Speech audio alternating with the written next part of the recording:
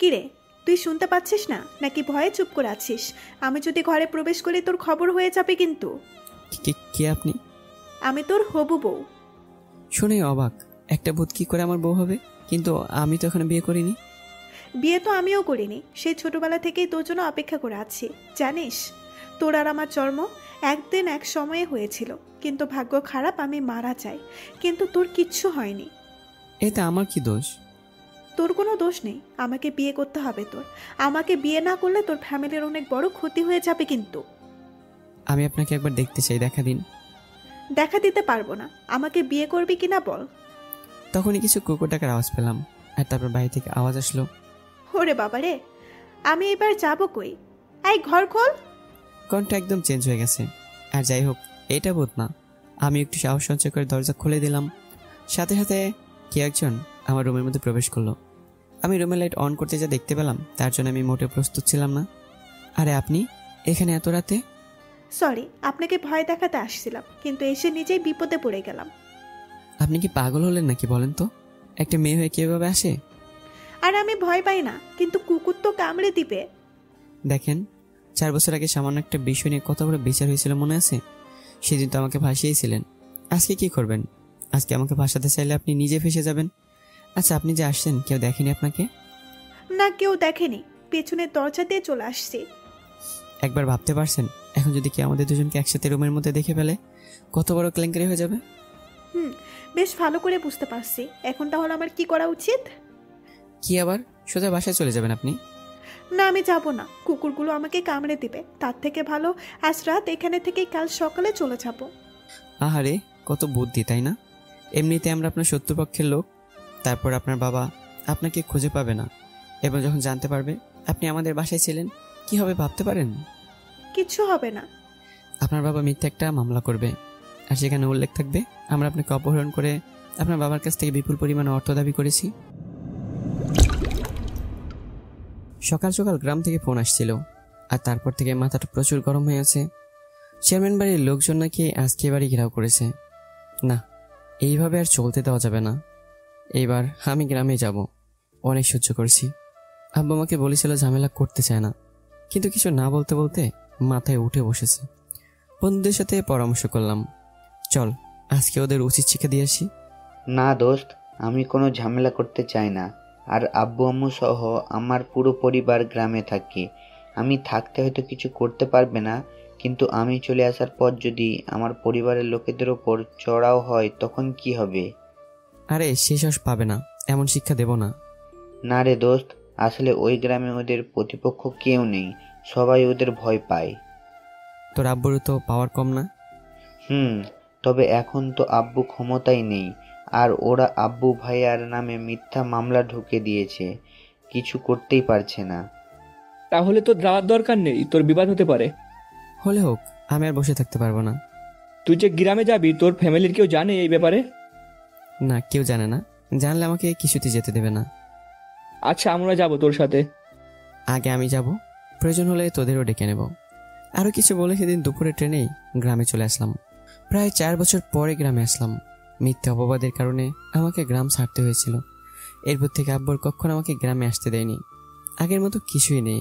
আগে যেখানে নৌকা দিয়ে নদী পার হতে হতো, এখন সেখানে ব্রিজ রাস্তা সব পিচ ঢালা হয়ে গেছে। গাড়ি নিয়ে একদম বাসায়। আব্বুর বাসার সামনে যে বাগানটা ছিল সেখানে বসেছিল। আমাকে দেখে গিয়েছে, কি রে তুই হঠাৎ গ্রামে? আব্বু, ভালো লাগছিল না। যান্ত্রিক শহর, কিছুদিনের জন্য বেড়াতে আসলাম। আসার আর সময় পেলি না? জানিস এখন ঝামেলা হচ্ছে। হ্যাঁ আব্বু, জানি। আর তারই একটা সমাধান করতে গ্রামে আসতে হলো। কি বললি তুই? তুই করবি সমাধান? যেখানে আমরা বড়রা মিলে সমাধান করতে পারছি না, সেখানে তুই কিনা করবি সমাধান? হ্যাঁ আব্বু, করবো। তুমি শুধু আমার উপর একটু ভরসা রাখো। আচ্ছা চল, ভেতরে চল। আব্বু আমাকে নিয়ে ভেতরে গেল। সবাই আমাকে দেখে অবাক। সবার সাথে কথা বলে আমি রুমে গেলাম। আমার রুম তো আর আমার রুম নেই, পুরো বিদেশিদের আওতাধীন হয়ে গেছে। মাকড়সা, বিচ্ছু, ব্যাং, আরো কত কি। না, এখন এই রুমে ওঠা যাবে না। আমি আব্বুর রুমিকে চেঞ্জ করে কিছু খেয়ে নিলাম। তারপর কাজে লাগলাম।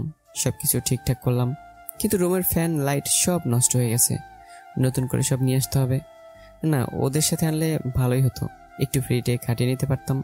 শালারা অনেক খেয়েছে আমার থেকে। আর এই বাড়িতে থাকা হয় শুধু দাদির জন্য। দাদার রেখে যাওয়া এই বাড়ি ছাড়া নাকি সে থাকবে না। সামনের বিশাল এক দালান আছে, কিন্তু না, সে থাকবে না। আর তার ছেলে মাকে রেখে ওই দালানে থাকবে না, শুধু ভাই আর ভাবি থাকে। দালানে থেকে বোর হয়ে গেছি। টিনের বেড়া থাকবে, কাঠের জানালা, দক্ষিণ বাতাস আসবে, এইসবের জন্য মনটা বেকুল হয়ে থাকতো। তাই নিজের জন্য রুমটা পরিষ্কার করতে হচ্ছে। এখন ঘরে বিদ্যুতের ব্যবস্থাও করতে হবে। বাসা নাকি বাড়তে ফ্যান, লাইট, মশারি কিছুই নেই। ভাইয়ের বাইক নিয়ে ছুটলাম বাজারের দিকে। সব কিনলাম, কিন্তু নেব কিভাবে? গ্রামে আবার 3 চাকার ভ্যান পাওয়া যায়। আগে তো অনেক ছিল, কিন্তু এখন দেখছি না কেন। আমি বাইক রেখে একটু সামনের দিকে গেলাম। বাজারের পাশে ছিল মহিলা কলেজ, মনে হয় ছুটি হয়েছে। এক এক করে সব কটা মেয়ে বের হচ্ছে। একটা পরিচিত হাঁটার ভঙ্গি আমার নজরে এলো। মুখ বাঁধা ছিল, তাই বুঝতে পারছিলাম না এই কি সে নাকি। আমি একটু সামনে এগিয়ে গেলাম, ভালো করে দেখলাম। এই সেই অপরাধী চোখ। হয়তো আমাকে চিনতে পারেনি, তবে আমার নজর সে এড়াতে পারেনি। না, এইসব ভেবে এখন আর সময় নষ্ট করলে হবে না। রাত হয়ে আসছে। একটা ভ্যান পেলাম, সেটাই সবকিছু উঠিয়ে নিয়ে আমি আগেই চলে গেলাম। সব চলে এসছে, তারপর সব লাগিয়ে নিলাম। এখন একটু শান্তির মতো শুয়ে পড়লাম। সত্যি দক্ষিণে বাতাস আসছে, ফ্যান ছাড়াই অনেক ভালো লাগছে। আমার আবার ভূতের ভয় বেশি। রাতে তো আর জানালা করে রাখতে পারবো না, তাই ব্যবস্থা করে রাখলাম। গোসল করলাম, আসরের নামাজ পড়ে ঘুরতে বের হলাম। সাথে 2টা কাজিন আছে। সেই চেনা চেনা বিলের ধারে গেলাম। ছোটবেলায় সারাদিন এখানেই পড়ে থাকতাম, গোসল করতাম। এখন তো সাঁতারই ভুলে গেছি। কিরে মামুন, মনে আছে সেই দিনের কথা? কোন দিনের কথা বলছিস? আরে সেই দিন যেদিন গ্রামের এতগুলো মানুষের সামনে তোকে অপমানিত হতে হয়েছিল। এই জায়গা থেকেই তো ঘটনা শুরু হয়েছিল। মনে পড়েছে, কিন্তু বিশ্বাস কর আমি কিছুই করিনি। আমি তো প্রতিদিনের ন্যায় সেদিন গোসল করতে আসছিলাম। সেদিন যদি আমাদের সাথে দাওয়াত খেতে যেতিস তাহলে কিছুই হতো না। আচ্ছা, সেদিন আসলে কি হয়েছিল বলবি একটু? বললাম তো গোসল করতে আসছিলাম, কিন্তু আগে থেকে ওই মেয়েগুলো ছিল ওখানে। আমি ওদের থেকে একটু দূরেই গোসল করতে নামি, কিন্তু গোসল শেষ করে উঠে দেখি আমার শুকনো জামাগুলো ভিজে আছে। পাশ থেকে মেয়েগুলো হাসছিল। শীতের দিন ছিল, ভেজা কাপড়ে বাসায় যেতে অনেক কষ্ট হবে, এসব ভেবেই রেগে গেছিলাম। তারপর বললাম আমার জামাকে ভিজিয়েছে। তখন ওই মেয়েটাকে দেখিয়ে দেয় ওর সাথে থাকা মেয়েগুলো। আমি ওর দিকে এগোতে ও আবার পানিতে ঝাঁপ দেয়।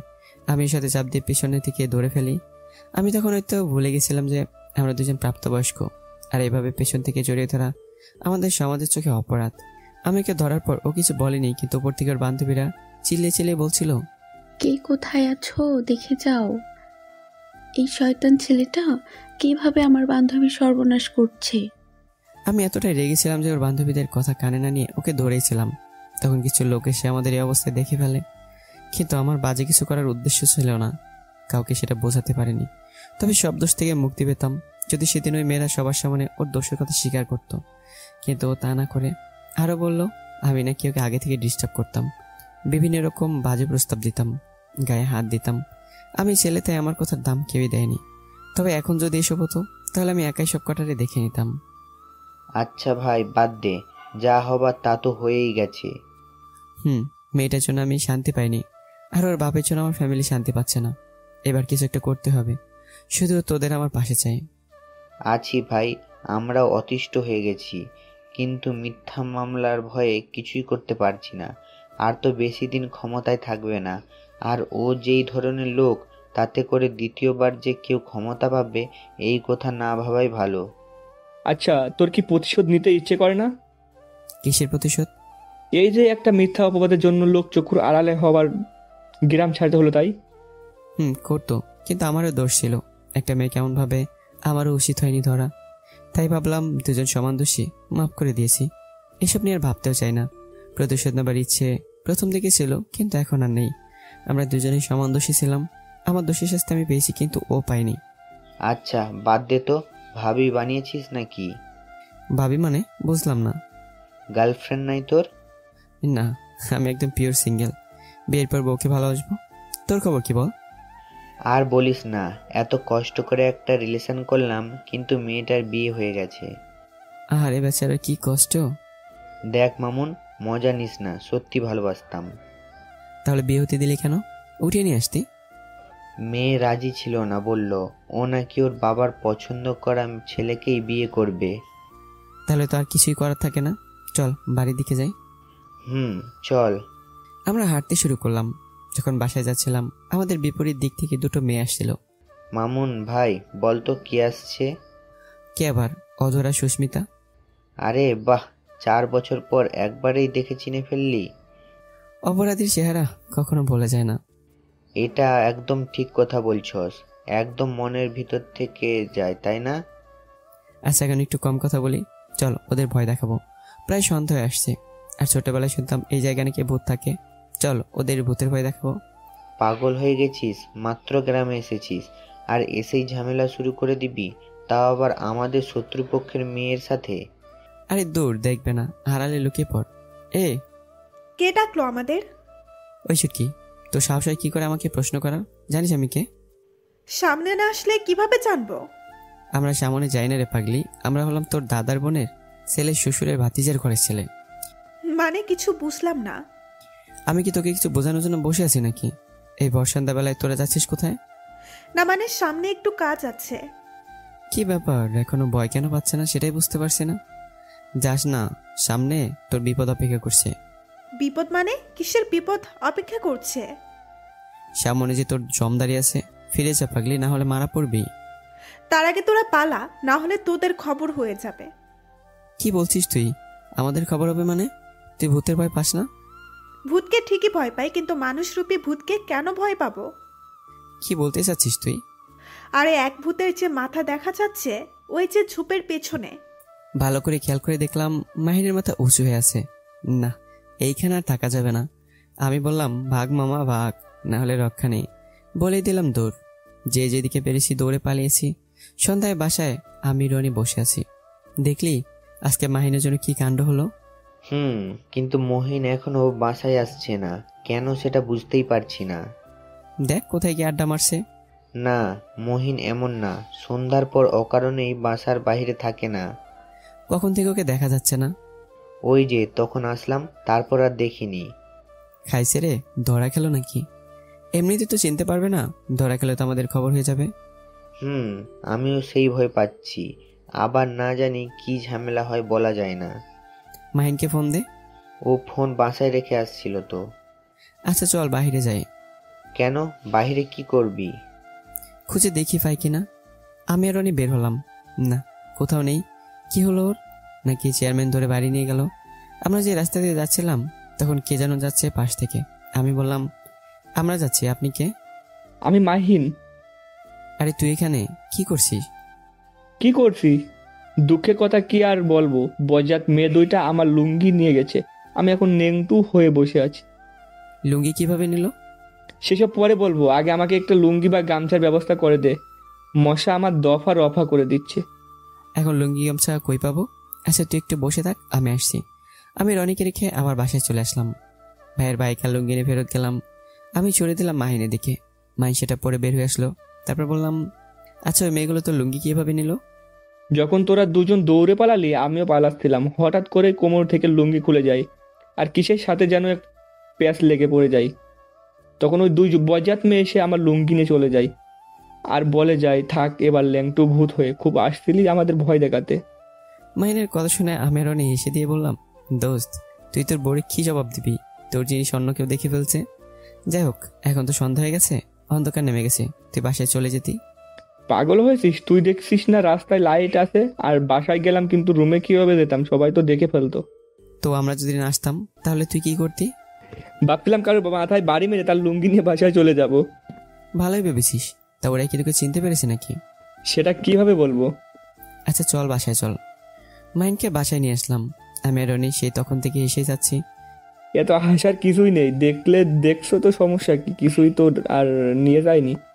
কেন, নিয়ে গেলে কি খুব বেশি খুশি হতি নাকি? আমি সেটা কখন বললাম?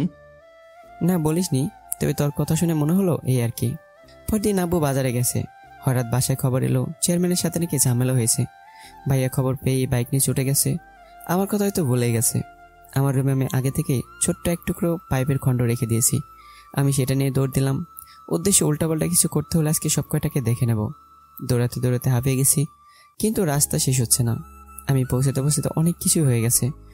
বাবার ভাইকে ঘেরাও দিয়ে আছে, কয়েকজন সংখ্যায় তেমন বেশিও না। বাবার চেয়ারম্যান বসে আছে, আমি সেখানে গিয়ে বাবার পাশে দাঁড়ালাম। চেয়ারম্যান আমাকে দেখে কিছু অবাক হয়েছে হয়তো, কিন্তু সে সব দিক থেকে মনোনিবেশ না করে তার কথা চালিয়ে যেতে লাগলো। সেটা হলো গিয়ে আমাদের কিছু ধানি জমি আছে, সেগুলো তার কাছে বিক্রি করে দিতে হবে। তার উদ্দেশ্য সেখানে ক্লাব গড়ে তুলবে।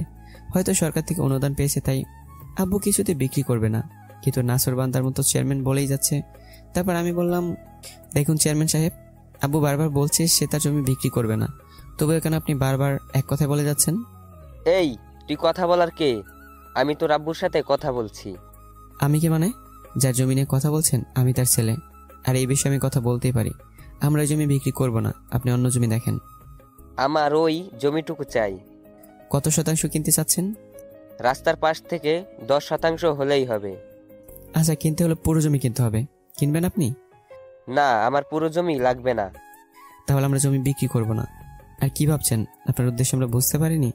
রাস্তার সামনে থেকে কিনবেন, তারপর আমাদের যাওয়ার রাস্তা বন্ধ করে দিয়ে অল্প দামে জমি ক্রয় করবেন? বাহ, তোর বেশ ভালো বুদ্ধি আছে তো দেখছি।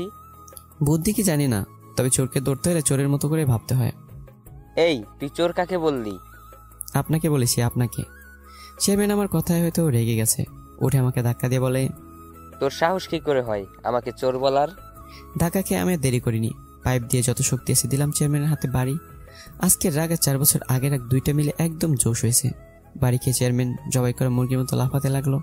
কেউ আর কিছু বলার সাহস পায়নি। আমি ভাই আর আব্বুকে সেখান থেকে নিয়ে আসলাম। আসার সময় আব্বু বলছিল, মামুন, এই কাজটা ঠিক করলি না। কেন আব্বু? এইটাই ঠিক। ওরা বেশি বাড়াবাড়ি করছিল, আর তুমি চুপ করে কেন আছো? তোমার লোকজনকে দিয়ে ওদের সাহায্য করতে পারো না? পারি, তবে আমি অশান্তি চাইনি। তবে আজকে যা করলি এরপর অশান্তি লেগে যাবে, এটা নিশ্চিত। মামুন, আজকে যা করলি মনে হয় না চেয়ারম্যান বসে থাকবে। ও এবার আমাদের পেছনে আরো বেশি উঠে বসে লাগবে। আব্বা এত চিন্তা কেন করছো? আমি দেখবো এবারও কি করতে পারে। আমি আব্বুর বাইকে নিয়ে বাসায় চলে আসলাম। অনেকদিন পর মনের মধ্যে আলাদা রকমের শান্তি অনুভব করতে পারছি। চাপার রাগ আজ প্রকাশ পেয়েছে, তাই হয়তো আমার এত আনন্দ লাগছে। বাসায় যে যার মতো করে কথা বলছে। আমার আর ফ্যামিলির পেশালের মধ্যে একদমই থাকতে ভাল লাগছে না। আমি আমার রুমে গিয়ে দরজা আটকে দিলাম, কিন্তু আমি ভুলে গেছিলাম এটা টিন সেট ঘর, আওয়াজ আসবেই। কানে হেডফোন গুঁজে গান শুনতে লাগলাম। বিকেলবেলা আবারও 3 জন মিলে ঘুরতে বের হয়েছি। যতদূর খবর পেয়েছি চেয়ারম্যানের হাত ভেঙে গেছে। বাহ, আমার শক্তি হ্যাঁ, তো এক বাড়িতেই কেল্লাফতে করে ফেলেছি, নাকি চেয়ারম্যানের হাত পাটকাঠি ছিল যা অল্প আঘাতে ভেঙে গেছে? ভাই, তুই আজ যেটা করেছিস এতদিন আমার তা ভাবার সাহসও পাইনি। আমি আবার কি করলাম? কি করেছিস মানে? বাজারে এতগুলো লোকের সামনে চেয়ারম্যানকে মেরেছিস। এর থেকে বড় আর কি হতে পারে? এখন যদি চেয়ারম্যান লোক তোর উপর আক্রমণ করে? আমার মনে হয় না ওরা সেই সাহস দেখাবে, আর যদি করে আমি কম কি? আমি দেখিয়ে দেব। তুই একা না, আমরাও আছি তোর সাথে। এসে বলতে বলতে হাঁটছিলাম, হঠাৎই চেয়ারম্যানের মেয়ে আমাদের সামনে। এই, আপনার লজ্জা করে না বাবার বয়সে একটা লোকের গায়ে হাত তুলতে? এখানে লজ্জার কি আছে? আমি তো একটা চোরকে মেরেছি, এর জন্য আমি গর্বিত। আমি মানছি আমার আব্বু যা করেছে অন্যায় করেছে। বুঝতে যখন পারছেন আপনারা অন্যায় করেছে, তাহলে তাকে নিয়ে কথা বলতে আসছেন কেন? আমিও তার অন্যায়কে পছন্দ করি না। আপনি তাকে ঠান্ডা মাথায় বুঝাতেন। আব্বু তার অবুঝ নয়, সে নিশ্চয়ই বুঝতো ব্যাপারটা, কিন্তু আপনি তা না করে তার গায়ে হাত তুললেন, আর মারলেন তো মারলেন, একদম হাত ভেঙে দিলেন। যা করেছি ভালো করেছি। আপনি এখানে কেন আসছেন? এটা বলতে যে আব্বু চুপ করে বসে থাকবে না, একটু সাবধানে থাকবেন। আর এরপর কিছু হলে আব্বুকে বুঝিয়ে বলবেন। আমি তো অবাক, মেয়ে দেখি নিরপেক্ষ, নিজের বাবার কথা ভাবে আবার আমার কথা ভাবে। তারপর বললাম, যা বললেন ভেবে দেখবো। এবার রাস্তা সারুন, সামন থেকে যেতে হবে আমাদের। আচ্ছা, যান তাহলে। অতরা চলে গেল আর আমরাও চলে আসলাম। রনি বলল, সত্যি মেয়েটা অনেক ভালো, দেখলি? প্রচুর ভালো। এত যদি ভালো হতো সেদিন সবার সামনে আমাকে অপরাধী বানাতে পারতো না, হয়তো ভয়ে এসব বলে গেল। ভয় মানে? কিসের ভয়? আরে যে ছেলে ওর বাবার গায়ে হাত তুলতে পারে, সেই ছেলে তার মেয়ের গায়ে হাত তুলবে না? তার কি কিছু বিশ্বাস আছে নাকি? অধর হয়তো সেদিনের ব্যাপারে এখনো ভয় পায়, তাই একটু নাটক করলো। কি জানি বাপু, আমি এত কিছু জানি না। চল বাজারে চল। আমরা হাঁটতে হাঁটতে বাজারে চলে আসছি। কম বেশি সবাই সকালের বিষয়টা নিয়ে আলোচনা করেই যাচ্ছে। তারপর মাহিন বলল, মামুন দেখছি হিরো হয়ে গেল। তোর শালা কি বলিস, লজ্জা লাগে তো? ওরে আমার লজ্জা বানরের লজ্জা থাকে কই? তোর মাথার ভিতরে থাকে। চা খাবো চল। কিছুদিন ধরে এখন পরিবেশ একদমই ঠান্ডা। চেয়ারম্যান আর আমাদের বিরক্ত করে না, সবকিছুই ঠিকঠাক চলছে। তেমনি একদিন রাতে ঘুমিয়ে আছি, হঠাৎ বাইরে থেকে আওয়াজ আসলো, মামুন, এই মামুন, তুই ঘুমাচ্ছিস? একটা ভুতুরে আওয়াজ শুনে গলা শুকিয়ে গেল। আবার আওয়াজ আসলো। কিরে, শুনতে পাচ্ছিস না তুই? ভালো করে কান পেতে বুঝতে পারলাম একটা মেয়েলি কণ্ঠ। ভূতের ভয় আমার ছোটবেলা থেকে আছে, তার মধ্যে এখন মধ্যরাত। আমি চুপচাপ শুয়ে আছি, তারপর ট্রেনের মধ্যে আস্তে আস্তে আওয়াজ করতে লাগলো। আমার তো ভয়ে জামা নষ্ট হয়ে যাওয়ার মতো অবস্থা হয়ে গেছে। তারপর আবার বলল, কিরে, তুই শুনতে পাচ্ছিস না নাকি ভয়ে চুপ করে আছিস? আমি যদি ঘরে প্রবেশ করি তোর খবর হয়ে যাবে কিন্তু। আমি এবার ভয় ভয়ে বললাম, কে আপনি? আমি তোর হবু বউ। শুনেই অবাক, একটা ভূত কি করে আমার বউ হবে? তারপর বললাম, কিন্তু আমি তো এখনো বিয়ে করিনি। বিয়ে তো আমিও করিনি, সেই ছোটবেলা থেকেই তোর জন্য অপেক্ষা করে আছি। জানিস, তোর আর আমার জন্ম একদিন এক সময়ে হয়েছিল, কিন্তু ভাগ্য খারাপ আমি মারা যাই, কিন্তু তোর কিচ্ছু হয়নি। এতে আমার কি দোষ? তোর কোনো দোষ নেই, আমাকে বিয়ে করতে হবে তোর। আমাকে বিয়ে না করলে তোর ফ্যামিলির অনেক বড় ক্ষতি হয়ে যাবে কিন্তু। আমি আপনাকে একবার দেখতে চাই, দেখা দিন। দেখা দিতে পারবো না, আমাকে বিয়ে করবি কিনা বল। তখনই কিছু কুকুর ডাকার আওয়াজ পেলাম, আর তারপর বাইরে থেকে আওয়াজ আসলো, ওরে বাবা রে, আমি এবার যাবো কই? এই ঘর খোল। কণ্ঠ একদম চেঞ্জ হয়ে গেছে। আর যাই হোক, এটা ভূত না। আমি একটু সাহস সঞ্চয় করে দরজা খুলে দিলাম। সাথে সাথে কে একজন আমার রুমের মধ্যে প্রবেশ করলো। আমি রুমের লাইট অন করতে যা দেখতে পেলাম, তার জন্য আমি মোটেও প্রস্তুত ছিলাম না। আরে আপনি এখানে এত রাতে? সরি, আপনাকে ভয় দেখাতে আসছিলাম, কিন্তু এসে নিজেই বিপদে পড়ে গেলাম। আপনি কি পাগল হলেন নাকি বলেন তো? একটা মেয়ে হয়ে কিভাবে আসে? আর আমি ভয় পাই না, কিন্তু কুকুর তো কামড়ে দিবে। দেখেন, 4 বছর আগে সামান্য একটা বিষয় নিয়ে কত বড় বিচার হয়েছিল মনে আছে? সেদিন তো আমাকে ভাসিয়েছিলেন। আজকে কি করবেন? আজকে আমাকে ভাসাতে চাইলে আপনি নিজে ফেসে যাবেন। আচ্ছা, আপনি যে আসছেন কেউ দেখেনি আপনাকে? না, কেউ দেখেনি, পেছনের দরজা দিয়ে চলে আসছি। একবার ভাবতে পারছেন, এখন যদি কেউ আমাদের দুজনকে একসাথে রুমের মধ্যে দেখে ফেলে, কত বড় কেলেঙ্কারি হয়ে যাবে? বেশ ভালো করে বুঝতে পারছি। এখন তাহলে আমার কি করা উচিত? কি আবার সোজা বাসায় চলে যাবেন আপনি? না, আমি যাব না, কুকুরগুলো আমাকে কামড়ে দিবে। তার থেকে ভালো আজ রাত এখানে থেকে কাল সকালে চলে যাব। আহারে, কত বুদ্ধি তাই না? এমনিতে আমরা আপনার শত্রুপক্ষের লোক। তারপর আপনার বাবা আপনাকে খুঁজে পাবে না, এবং যখন জানতে পারবে আপনি আমাদের বাসায় ছিলেন, কি হবে ভাবতে পারেন? কিচ্ছু হবে না। আপনার বাবা মিথ্যে একটা মামলা করবে, আর সেখানে উল্লেখ থাকবে আমরা আপনাকে অপহরণ করে আপনার বাবার কাছ থেকে বিপুল পরিমাণে অর্থ দাবি করেছি। আপনি কি করে বুঝতে পারলেন আমার বাবা এমন কিছু একটা করবে? কি করে আর বুঝলাম, বাট চোরকে ধরতে হলে তো চোরের মতোই ভাবতে হয়। এই চুপ, আমার বাবা চোর না। আচ্ছা, আপনি এখন যান, আমার খুব ভয় লাগছে। কখন কি থেকে কি হয়ে যায় কে জানে। ভালো কথা, আপনার আসার পেছনে উল্টাপাল্টা কোনো মতলব নেই তো?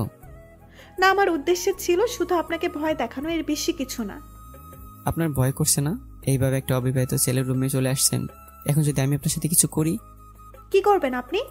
করতেই পারি। আমি জানি আপনি সেই রকম না। ধরেন প্রতিশোধের আগুন থেকে আপনার সর্বনাশ করে দিলাম।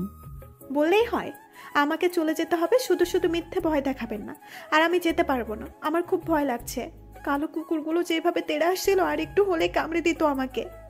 আর এখন যদি আমি আপনাকে কামড়ে দিই? কুকুরগুলো যেভাবে তেড়ে আসছিল, যদিও কামড়ে দিত, সেই ভয়ে তো আপনার রুমে আসতে হলো। আচ্ছা যান, বাসায় যান, কুকুরগুলো এতক্ষণে চলে গেছে হয়তো। এটা শহর নয় যে তারা এক জায়গা থেকে অন্য জায়গায় দৌড়াদৌড়ি করবে। এটা গ্রাম, আর গ্রামের প্রায় সকল বাড়িতেই কুকুর থাকে, বুঝলেন? তাহলে কি করবেন এখন? আর আমি যতদূর জানি, চোরের মতো দেখতে লোকদেরই কুকুর তাড়া করে থাকে। এই, আপনি কি বোঝাতে চাচ্ছেন আমাকে? দেখে কি চোর মনে হয় আপনার? কই, আমি সেটা কখন বললাম? আবার হাসছেন কেন? এবার কিন্তু আমি কান্না করে দিব বলে দিলাম। আচ্ছা, কান্না করুন, আমি দেখি কান্না করলে আপনাকে কেমন লাগে। আমি কিন্তু সোচরে চিল্লিয়ে কান্না করব। চিল্লায় কি মার্কেট পাওয়া যাবো? মার্কেট পাওয়া না গেলেও লোক জড়ো করা যাবে, আর তাদের বলে দিব আপনি আমাকে তুলে নিয়ে আসছেন কামড়ে দেবার জন্য। এই, আমি কামড়ানোর কথা কখন বললাম? ভুলে গেছেন দেখছি, একটু আগেই তো আমাকে কামড়ানোর কথা বলছেন আপনি। ওটা আমি মজা করে বলেছি। আমিও সবাইকে মজা করেই বলবো। এই, আপনি আমার বাসা থেকে যান, মাথা একদম খারাপ করে দিচ্ছেন একেবারে। কিভাবে যাব বললাম না, আমার কুকুরকে ভয় লাগে। তাহলে এক কাজ করুন, আপনি আমাকে নিয়ে আমার বাসায় দিয়ে আসুন। কথাটা খারাপ বলেনি, কিন্তু আসার সময় তো আমি ভয় পাবো। কিসের ভয়? ভূতের ভয়, এত এত ভূত থাকে তো। তাহলে কি আর করার, কাল পর্যন্ত আমাকে এখানেই থাকতে হবে। দেখুন, এটা ঠিক হবে না, লোক জানাজানি হলে কেলেঙ্কারি হয়ে যাবে। আরে জানাজানি হবে না, কাল আজানের আগেই আমি বাসায় চলে যাব, কিন্তু তখন আপনাকে যেতেই হবে, না হলে আমি যাব না। আচ্ছা আমি যাব, তবুও প্লিজ লোক সমাজে মান সম্মান নিয়ে খেলেন না। তাহলে এক কাজ করেন, আমাকে এক্ষুনি বাসায় পৌঁছে দিয়ে আসেন। কিন্তু আমার তো ভূতের ভয় করে। আরে ভূত বলতে কিছু হয় না, কিচ্ছু হবে না, চলুন আপনি। না হলে বলা তো যায় না, আমার ফ্যামিলির কেউ আমার রুমে এসে দেখতে পেলেও আমি রুমে নেই, তারা তো খুঁজতে বের হয়ে যাবে, আর যদি খুঁজে আমাকে এখানে পায় আপনার সাথে, আমার ফ্যামিলির বিপদ হতে পারে। কোনো বিপদ হবে আমি কি আপনাকে তুলে নিয়ে আসছি নাকি? আমার ফ্যামিলির লোকজন সেটাই ভাববে, তাই বলছি চলুন, আমাকে দিয়ে আসুন। কিছু করার নেই, এই মেয়েকে ফিরে না দেওয়া অবধি আমার কোনো শান্তি নেই, সেটা খুব ভালো করে বুঝতে পারছি। আচ্ছা চলুন। আরে এইভাবে বের হবেন নাকি? শীতকাল প্রায় চলে এসেছে, খোলা রাস্তায় যখন হাঁটবেন ঠান্ডা লাগবে, শীতের জামা পরে নিন। শীতের জামা কেনা হয়নি, আর পুরনো যেগুলো আছে সেগুলো বের করাও হয়নি। পরে বুঝবেন, আপনার ভালোর জন্যই বলছিলাম। আপনি চুপচাপ চলুন আমার সাথে, তাহলে আমার জন্য খুব ভালো হবে। আচ্ছা চলুন, আপনি আগে বের হন। আমি বের হতে যাচ্ছিলাম, ঠিক তখন অধরা বলল, আরে করেন কি? লাইট অন করে বের হলে আমরা ধরা পড়ে যাব, লাইট অফ করুন। আরে মেয়ে অনেক বুদ্ধিমান। লাইট অফ করে আমরা বের হয়ে গেলাম বাড়ি থেকে, নেমে রাস্তায় চলে এলাম। অধরা আমার পাশে আসছে, একদম গা ঘেঁষে আসছিল। আমি বললাম, কি হলো, গা ঘেঁষে আসছেন কেন? আমার ভয় করছে তো। তাহলে আমাকে ভয় দেখাতে গেছিলেন যে? তখন তো তেমন রাত ছিল না, তাই। একটু খোলা মাঠে আসতেই মৃদু বাতাস গায়ে লাগতে শুরু করলো। পাতলা একটা টি শার্ট গায়ে ছিল। সত্যি এখন প্রচন্ড শীত লাগছে, রীতিমতো আমার কাঁপাকাঁপি শুরু হয়ে গেছে। অধরা বলল, কি এখন কাঁপছেন কেন? আমি তো আগেই বলেছিলাম শীতের কাপড় পরে আসতে, আমার কথা তো শুনলেন না, এখন মজা বোঝেন। ধুর, আমি জানতাম না কি এখনই এত শীত লাগবে। তার জানবেন কিভাবে? অনেক দিন হলো গ্রাম ছেড়েছেন, গ্রামের আবহাওয়া সম্পর্কে কিছু জানেন না। আপনার কি খুব শীত লাগছে? অনেক ঠান্ডা লাগছে আমার। তাহলে এই নিন, আমার ওড়নাটা গায়ে পেঁচিয়ে নিন। আরে আরে করেন কি সব? অন্য কেন আমাকে দিচ্ছেন? সমস্যা কোথায়? এখন তো রাত, কিছু দেখা যাচ্ছে না। তো কি হয়েছে, আপনার অন্য আপনার কাছে রাখুন। তারপর চুপচাপ দুজনে হাঁটতে হাঁটতে অধরাদের বাসার কাছে চলে এসেছি। এই, আপনার আজকে বাসায় ফিরে আর কাজ নেই? বাসায় ফিরবো না তো আমি যাব কোথায়? আমার বাসায় থেকে যান, আপনি না ভূতের ভয় পান। আর জানেন তো, যে রাস্তা দিয়ে ফিরবেন জায়গাটা তেমন ভালো না। আরে ভয় দেখেন না তো, আমি যেতে পারবো। জানেন কিছুদিন আগে কি হয়েছে? কি হয়েছে? একটা লোক পাশের গ্রামে গান শুনে যাচ্ছিল, হঠাৎ কয়েকটা ছায়ামূর্তি তার পেছনে লাগে। তারপর কি হলো? সে প্রথমে ভেবেছিল হয়তো তার ভুল ধারণা, কিন্তু যখন লোকালয় পেরিয়ে গেল তখন নাকি ছায়ামূর্তিগুলো তাকে ঘিরে ধরলো, আর তারপর তাকে ক্ষত বিক্ষত করে দিল। তার আঙুল, তার চোখ খুঁজে পাওয়া যায়নি। অধরার কাছে এমন গল্প শুনে আমার প্যান নষ্ট হয়ে যাবার মতো অবস্থা। আমার মধ্যে এতটুকু সাহস বাকি নেই যে একা একা রাতে বাসায় ফিরবো। কাউকে কল দিয়ে জানবো সে সাহসও পাচ্ছে না, যদি যাবার সময় আবার দুজনকেই দৌড়ে গিয়ে লেখায়। তারপর অধরা বলল, তাহলে আপনি বাসায় যান, আমি গেলাম। এই একটু শুনুন। হ্যাঁ বলুন, কি বলবেন? আজ রাতে আপনার সাথেই থাকি। আমার সাথে থাকবেন মানে? না মানে আপনার রুমেই ঘুমাবো। আচ্ছা চলুন, আপনি আমার এত বড় উপকার করেছেন, আর আমি তো আপনার এইটুকু উপকার করতেই পারি, তাই না? বলুন। অধরা আমাকে রুমে নিয়ে গেল, একদম পরিপাটি সাজানো গোছানো একটা রুম। গিয়ে আমি অধরাকে বললাম, আমি ওয়াশরুম থেকে আসছি। হ্যাঁ বুঝতে পারছিলাম, আর একটু বললে প্যান্ট নষ্ট করে দিবেন, তাই তো আর কিছু বলিনি। আমি ওয়াশরুম থেকে ফ্রেশ ট্রেশ হয়ে বের হলাম। অধরা বলল, এই আপনি কি খাবেন? এত রাতে আর কি খাবো, আমার ঘুম পাচ্ছে, আমি ঘুমাবো। আচ্ছা আপনি যান, গিয়ে ওই সাইডে শুয়ে পড়ুন। তাহলে আপনি ঘুমাবেন কোথায়? রুমে না আছে কোনো সোফা, না আছে অন্য কিছু, শুধুমাত্র একটা খাট আর ওই পড়ার টেবিলটা। আমি ওই পাশে শুয়ে পড়ব। ও মা! এত অবাক হওয়ার কিছু নেই, মাঝে একটা কোলবালিশ থাকবে, বুঝলেন কি না? এমনটা হবে জানলে আমি তো আপনাকে আমার বাসায় রেখে দিতাম। তো রাখলেন না কেন? আমি তো থাকতেই চাইছিলাম।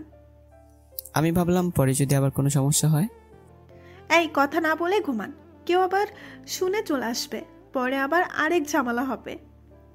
আর কি করার, আমি শুয়ে পড়লাম। কিছুক্ষণ পর অধর আসলো, মাঝে কোলবালিশ রেখে কি করলো জানি না। আমি অন্যদিকে করে শুয়ে আছি, একদিকে ভূতের ভয় আরেকদিকে চেয়ারম্যানের ভয়, সব মিলে আমি একদম গুটিসুটি মেরে শুয়ে আছি। শীত লাগলে কম্বল গায়ে নিন। না আমার শীত লাগছে না। তাহলে গুটি গুটি মেরে শুয়ে আছেন কেন? ও, বুঝতে পারছি, ভয় পাচ্ছেন। ভয় পাবার কিছু নেই। আমার রুমে সাধারণত রাতে কেউ আসে না, আর যদিও কেউ চলে আসে আপনাকে খাটের নিচে চালান করে দেব। এবার ঘুমান তো। আপনি ঘুমান, আমার ঘুম আসছে না। আপনি যে অবধি না ঘুমাবেন আমিও ঘুমাবো না। কেন, আপনার আবার কি হলো? যতই হোক, আপনি একটা পরপুরুষ, নিজের সেফটি বলেও তো একটা ব্যাপার স্যাপার আছে, তাই না? আমাকে কি ওই ধরনের ছেলে মনে হয় আপনার? কিছু মনে করবেন না, ভয় লাগে। যদি একা পেয়ে আপনার মধ্যে কুবুদ্ধি চলে আসে তাহলে আমার কি হবে? এত যদি ভাবতেন তাহলে আজকে আমার বাসায় আমাকে ভয় দেখাতে যেতেন না। যা হয়েছে ভুলে যান, এখন একটু ঘুমান প্লিজ, আমার প্রচুর ঘুম পাচ্ছে। আমি আর কিছু বললাম না, চোখ বুজে ঘুমানোর ট্রাই করলাম। কিছুক্ষণ পর ঘুমিয়ে গেলাম। অনুভব করলাম কি আমাকে ধাক্কাচ্ছে। আমি চোখ মেলে তাকে দেখে অধর আমাকে ধাক্কা দিচ্ছে। কি হলো, ধাক্কা দিচ্ছেন কেন? রাত 3টা বেজে গেছে, আর একটু পর আজান দিয়ে দিবে। যান, উঠে বাসায় চলে যান। এখন অনেক রাত, আর একটু পরে যাব। না, হবে না, একটু পর লোকের আনাগোনা বেড়ে যাবে, ধরা পড়লে ঝামেলা হয়ে যাবে। আচ্ছা ঠিক আছে, যাচ্ছি তাহলে। এইটা নিয়ে যান, এখন আরো বেশি শীত লাগবে। একটা চাদর সামনে এগিয়ে দিল। না না, লাগবে না, আমি যেতে পারবো। কচু পারবেন আপনি, পরে দেখা যাবে কোথায় না কোথায় কাত হয়ে পড়ে আছেন। এটা গায়ে জড়িয়ে নিয়ে যান। আচ্ছা দিন তাহলে। অধরের কাছ থেকে চাদর নিয়ে গায়ে জড়িয়ে নিলাম। তারপর পেছনের দরজা দিয়ে টুক করে বের হয়ে হাঁটা ধরলাম। এখন আর আগের মতো ভয় করছে না। শেষ রাতে তেমন কিছু থাকারও কথা না। আমি গুটিসুটি পায়ে হেঁটে চলেছি। সত্যি চাদর গায়ে থাকা সত্ত্বেও আমার বেশ শীত লাগছে। হাঁটতে হাঁটতে বাসায় চলে এসেছি। রুমে এসে গিয়ে দরজা আটকে ঘুমিয়ে গেলাম। এমনিতেই অত রাতে ঘুমিয়েছি, আবার ডেকে তুলছে। বাসায় এসে ঘুমিয়ে গেলাম। আবার সকালে ডাকাডাকি শুরু হয়ে গেছে। ভালো লাগে না, কি জন্য যে গ্রামে এসেছিলাম। এখন হারে হারে মজা পাচ্ছি। ঘুম থেকে উঠে ব্রাশ হাতে নিয়ে বের হলাম। আব্বুর সাথে এখন কি জমিতে যেতে হবে। ব্রাশ করছি আর আব্বুর পেছন পেছন হাঁটছি। সব জমিগুলো খুঁড়িয়ে খুঁড়িয়ে দেখাচ্ছে। আমাকে বলে আর লাভ কি, আমি সব চাষাবাদ করবো নাকি? আর এই কাজ কি আমাকে দিয়ে হবে? হঠাৎ আব্বু বলল, কিরে তুই কিছু বলছিস? না না আব্বু, কিছু বলিনি। আচ্ছা যা, তুই বাসা চলে যা, আমি একটু বাজারে যাব। আব্বু একা বাজারে যাবে নাকি, যদি কোনো বিপদ হয়? হবে না, সেদিনের পর থেকে চেয়ারম্যান আর কোনো ঝামেলা করেনি। আচ্ছা আব্বু যাও তাহলে, যদি কোনো ঝামেলা হয় আমাকে ফোন দিও। আচ্ছা বাবা, দিব, যা বাসায় যা। আমি বাসায় চলে আসলাম। খেয়ে দিয়ে বসে আছি, কাল রাতের কথা ভাবছি।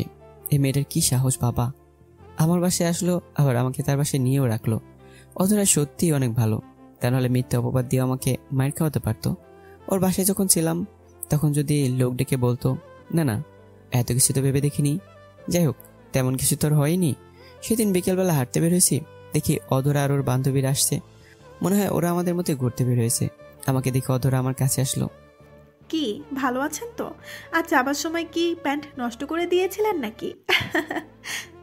এটা বলে হাসাহাসি শুরু করে দিল। এই, আমাকে কিন্তু অপমান করা হচ্ছে। কই, আপনাকে কখন অপমান করলাম? তাহলে আমার দুর্বলতা নিয়ে হাসছেন কেন? আর আপনি মনে হয় খুব সাহসী, তাই তো? আর বলতেই দিল না। অধর আমার মুখ চেপে ধরলো। পাশ থেকে ওর বান্ধবী বলল, কিরে অধরা, তুই ভাইয়ার মুখ চেপে ধরলি কেন? আরে তোকে বলছিলাম না, সেই ব্যাপারটাই বলতে চাচ্ছিলাম। তো ভাইয়াকে বলতে দে, মুখ চেপে ধরার কি আছে? না, এত কিছু শুনে তো লাভ নেই। আচ্ছা ভাইয়াকে ছেড়ে দে, আমাদের দেরি হয়ে যাচ্ছে। অধর আমার মুখ থেকে হাত সরিয়ে নিল আর বলল, আচ্ছা আসি তাহলে, ভালো থাকবেন, আর সন্ধ্যার আগে বাসায় যাবেন, এখানে কিন্তু ভূত থাকে। ওরা চলে গেল। আমি বাসায় চলে আসলাম। বাড়িতে পিঠা বানাচ্ছে। আহ, কি সুন্দর ঘ্রাণ ছড়িয়েছে বাড়ি জুড়ে। সন্ধ্যার একটু পরেই হঠাৎ অধরা কোত্থেকে যেন এসে আমাদের বাড়িতে উপস্থিত। আমি বাইরে বসেছিলাম। প্রথম দিকে অবাক না হলেও সোজা যখন আমাদের রান্নাঘরে চলে গেল তখন অবাক। কথা শুনতে পেলাম, চাচি কিছু মনে করবেন না, এত সুন্দর ঘ্রাণ ছড়িয়েছে, না এসে থাকতে পারলাম না। দিন তো চাচি, 2টা পিঠে দিন, খেয়ে মনটা শান্ত করি।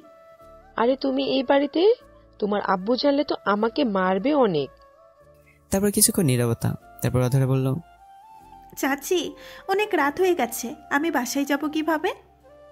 তা আমরা কি করে বলবো মা, আমরা তো আর তোমাকে নিমন্ত্রণ করে আনিনি। এইভাবে কেন বলো গো চাচি? আর যদি আমি তোমার মেয়ে হতাম, তুমি পারতে রাতে এভাবে আমাকে একা ছাড়তে? থাক, আর বলতে হবে না, আমি মামুনকে বলে দিচ্ছি, ও তোমাকে দিয়ে আসবে। মামুন যা তো বাবা, ওকে একটু সামনে ছেড়ে দিয়ে আয়। যাচ্ছি আম্মু, যাচ্ছি। বিরক্ত একটা ভাব নিয়ে হাঁটা শুরু করলাম। চাচি আসি তাহলে। এটা বলে আমার পিছন পিছন হাঁটা ধরলো। কেমন লাগে এই সন্ধ্যাবেলায় একটু গরম গরম পিঠা খাবো? তা না, এমের বডি কাট হয়ে এখন তার পেছন পেছন যেতে হচ্ছে।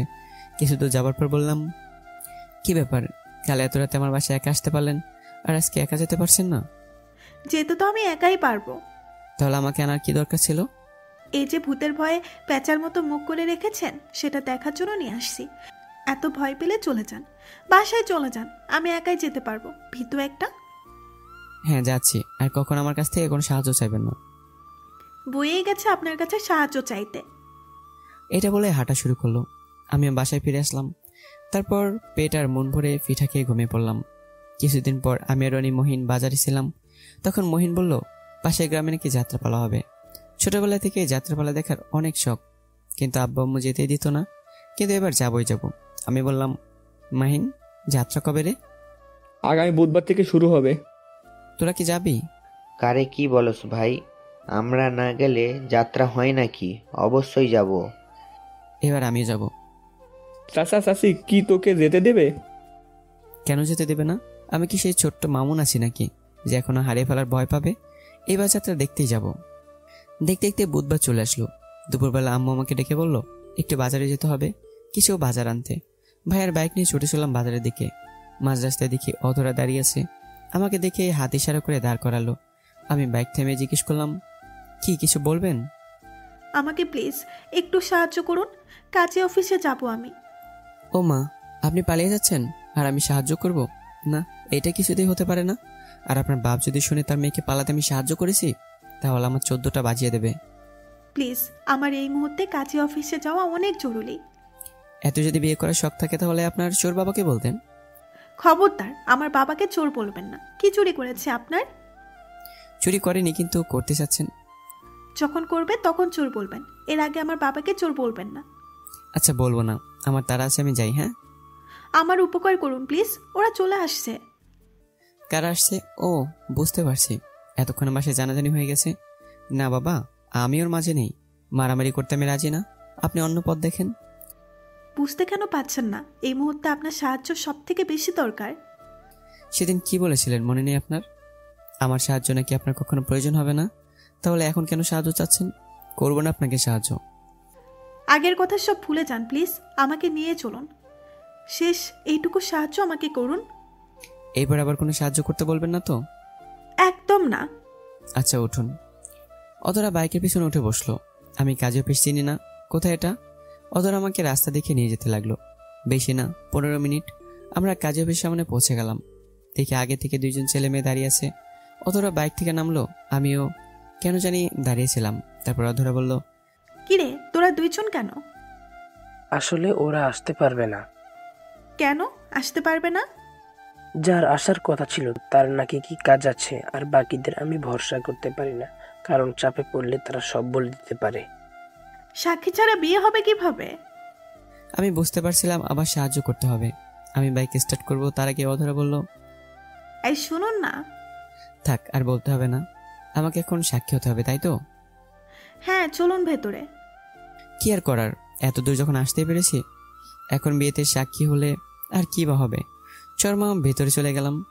কাজে যখন নাম লিখতেছিল তখন তো আমি অবাক, কারণ মেয়ের নাম বলছে আয়েশা। আমি অধরাকে বললাম, কি ব্যাপার, আয়েশা আবার কার নাম? আপনার নাম তো অধরা। হ্যাঁ, আমার নাম অধরা। আয়েশা আমার ফ্রেন্ড, আর ওরাই পালিয়ে বিয়ে করছে। আসলে আয়েশার বাবা ওর বিয়ে ঠিক করে ফেলেছে, কিন্তু ও ভালোবাসে ওনাকে, তাই। আগে বলবেন তো, তাহলে তো সে কখনই আপনাকে নিয়ে আসতাম। আমি জানি এই কথা বললে আপনি বলতেন আমি মিথ্যা বলছি, হ্যান ত্যান। বিয়ের সকল কাজ সমাপ্ত হলো। তাহলে আপনারা যাবেন কোথায়? আমার খালার বাসায়। খালা যদি আপনার বাসায় জানিয়ে দেয়? না, তা কখনোই জানাবে না। আচ্ছা, তাহলে আপনারা যান। কিন্তু আমার ভয় করছে এক জায়গায়। কিসের ভয়? যদি এখান অব্দি লোক আসে আর গাড়ি চালকদের জিজ্ঞেস করে, তাহলে যদি ওরা বলে দেয়। আচ্ছা চলুন, আমি আপনাদের দিয়ে আসি।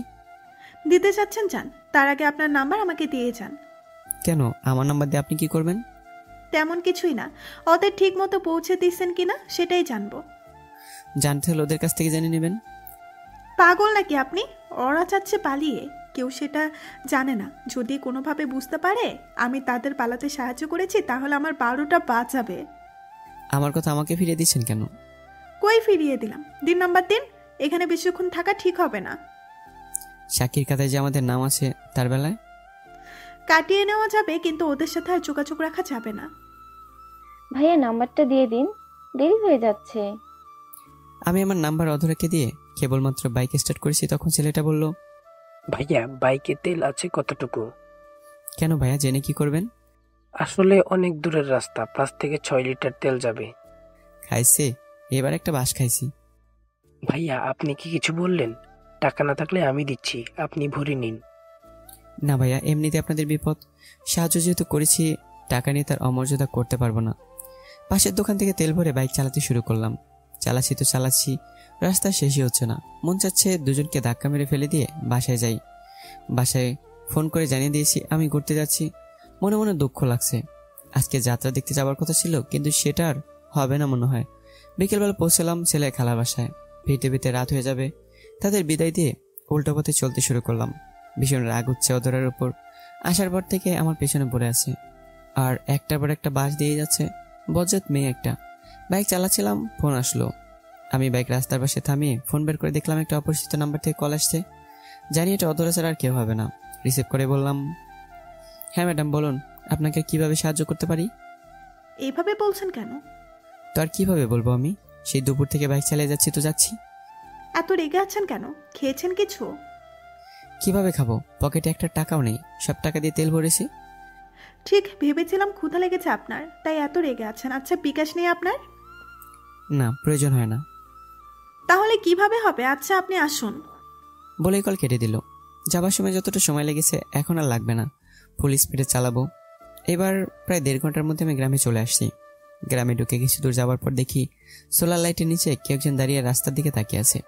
দূর থেকে খেয়াল করছিলাম, কাছে যেতে এদিকে অধরা। কিন্তু রাতে এখানে এইভাবে কি করছে? কি ব্যাপার ম্যাডাম, কারোর জন্য অপেক্ষা করছেন? হ্যাঁ করছিলাম, সে এসে গেছে। কে এসে গেছে? কাউকে তো দেখছি না। আরে আমি আপনার জন্যই অপেক্ষা করছিলাম। কেন আমার জন্য আবার অপেক্ষা কেন? আপনি না খেয়ে আছেন আমার জন্য, তাই খাবার নিয়ে এসেছি। আর এটা করছেন কি? আর একটু পর তো আমি নিজে বাসায় চলে যাব। হ্যাঁ তা যাবেন, কিন্তু আমার জন্য সারাদিন না খেয়ে আছেন, তাই নিজে রান্না করে নিয়ে এসেছি। আমি খেতে পারবো না, দেরি হয়ে যাবে। একটু তো সময় লাগবেই, এত কষ্ট করে রান্না করে নিয়ে এসেছি, প্লিজ না খেয়ে যাবেন না। এখন এখানে দাঁড়িয়ে খেলে যদি কেউ দেখে ফেলে তাহলে কি হবে? এখন তেমন মানুষ আসবে না, যারা আসার তারা এসে গেছে, আর না হয় 10টার পরে আসবে। আচ্ছা যান, বাড়ি চলে যান। আমি এত কষ্ট করে রান্না করেছি। কিন্তু এখানে যে খাবো, হাত ধোয়ার মতো কিছু নেই, বাইক চালাবো কিভাবে? সমস্যা নেই, আমি খাইয়ে দিব। তারপর লোকমা মুখের সামনে ধরলো, না না খাবো না, আপনি আমি শত্রুপক্ষের লোক, কি বলতে পারে এই খাবারে বিষ মেশানো তো থাকতে পারে। ছি, আপনি আমাকে এত খারাপ ভাবেন? শোনেন, আপনার ক্ষতি করার কোনো ইচ্ছা আমার নেই। বিশ্বাস হলো না তো? আচ্ছা আমি খাইয়ে দেখাচ্ছি। তারপর কিছুক্ষণ নীরবতা। না না, মনে হয় মেয়েটা আমার কথায় সত্যিই কষ্ট পেয়েছে, নাহলে তো চুপ হয়ে যাওয়ার কথা না। তারপর আমি বললাম, কি হলো, খাবার কি দিবেন নাকি চলে যাব? কোনো কথা না বলে আমাকে আরেক লোকমা বানিয়ে দিল, আর আমি খেয়ে নিলাম। ও দিচ্ছে আর আমি খাচ্ছি। অধরা বলল, ও খুব তো বলেছিলেন খাবেন না, এখন দেখেন পুরো খাবার শেষ করে ফেলছেন। ক্ষুধা বেশি লেগেছিল তাই শেষ করে দিলাম, কিছু মনে করবেন না। কিছু মনে কেন করব, আপনার জন্যই তো এনেছি। মুখে খাবার লেগে আছে, টিস্যু নেই আপনার কাছে? আরে আমি কি বেড়াতে বেরিয়েছিলাম যে টিস্যু রাখবো? ও আচ্ছা, তাহলে আর কি, আমার ওড়না দিয়েই কাজ চালিয়ে দিচ্ছি। আচ্ছা চলেন, এবার আপনাকে নামিয়ে দিয়ে আমি বাসায় যাব। না না, অনেক সাহায্য করেছেন আমার, আর কোনো সাহায্য লাগবে না, আমি একাই বাসায় চলে যেতে পারবো। একা যেতে পারবেন আমি জানি, কিন্তু এখন রাত, আর আমার জন্য রাতের বেলা আপনি এখানে এসেছেন, তাই আমার দায়িত্ব আপনাকে পৌঁছে দেওয়া। আমি বাসায় যাব না, আমার এক ফ্রেন্ডের বাসায় যাব। বাসায় তাই বলে এসেছি, আমাকে ওদের বাড়িতে নামিয়ে দিলেই হবে, আব্বু এসে আমাকে নিয়ে যাবে।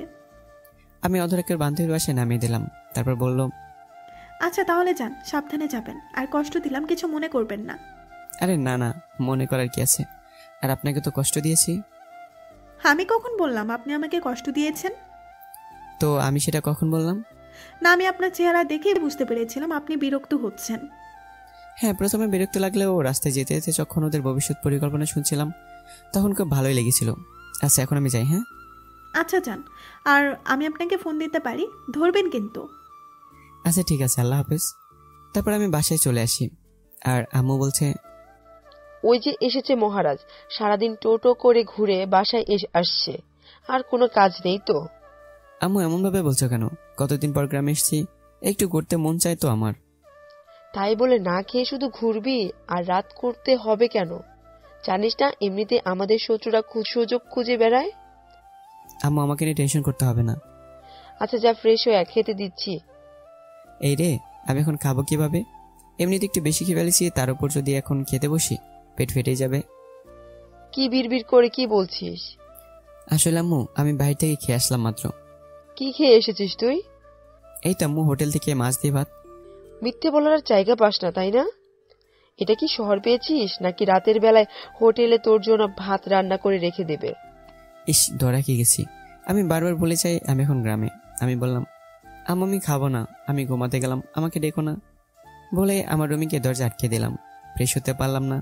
আমি জানি বাইরে থাকলে আম্মা আমাকে জোর করে হলেও ভাত খাইয়ে ছাড়বে। বিছানা ঠিক করে শুয়ে পড়লাম। মাহিন, রনি ওরা যাত্রা দেখতে গেছে। বাসায় থাকলে আড্ডা দিতে পারতাম। ফোন পাশে রেখে শুয়ে আছে, ঘুম ঘুম ভাব চলে এসছে। হঠাৎ ফোন কেঁপে উঠলো।